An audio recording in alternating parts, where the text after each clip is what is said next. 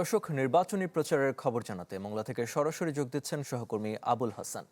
হাসান, মংলার নির্বাচনী প্রচারণা কেমন দেখছেন? আসনটিতে প্রার্থীদের কোনো অভিযোগ আছে কিনা?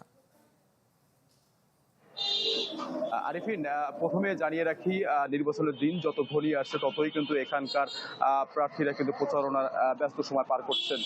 তারা শহর এবং গ্রামের বিভিন্ন অলিগলি ঘুরে ভোটারদের কাছে গিয়ে নানা রকম প্রতিশ্রুতি দিয়ে ভোট চাচ্ছেন। ভোটাররাও কিন্তু তাদের কাছে, প্রার্থীদের কাছে কিন্তু তাদের নানা রকম সমস্যার কথা তুলে ধরছেন। আর আপনি যেটি জানতে চেয়েছেন এখানে কোনো অভিযোগ রয়েছে কিনা, না, তেমনটি এখন পর্যন্ত কিন্তু এই এলাকায় খুব শান্তিপূর্ণভাবে কিন্তু নির্বাচনী প্রচারণা চালাচ্ছেন প্রার্থীরা।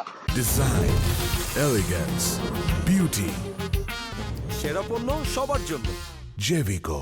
এই আসনে কিন্তু ৫ জন প্রার্থী প্রতিদ্বন্দ্বিতা করছেন। তার মধ্যে BNP doctor lion Sheikh Faridul Islam এবং জামাতের অ্যাডভোকেট মাওলানা আব্দুল ওয়াদুদ।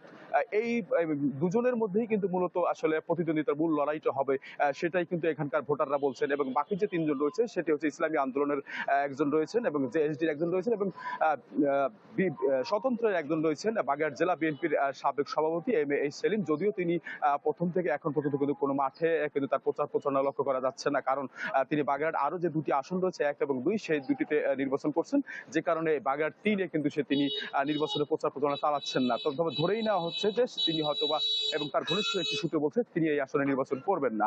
এদিকে মংলার যে আসনে বাগেরহাট ৩, মংলা রামপাল যে আসনে প্রার্থী রয়েছেন, মূলত মূল যে দুই প্রতিদ্বন্দ্বী বিএনপি এবং জামাতের যে প্রার্থী রয়েছেন, তারা কিন্তু প্রতিদিনই কিন্তু সভা সমাবেশ, মিটিং এবং গণসংযোগ করে যাচ্ছেন।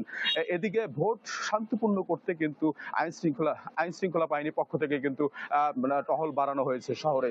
তো এই ছিল মংলা নির্বাচনী প্রচারণার সর্বশেষ খবর। আরিফিন। ধন্যবাদ হাসান।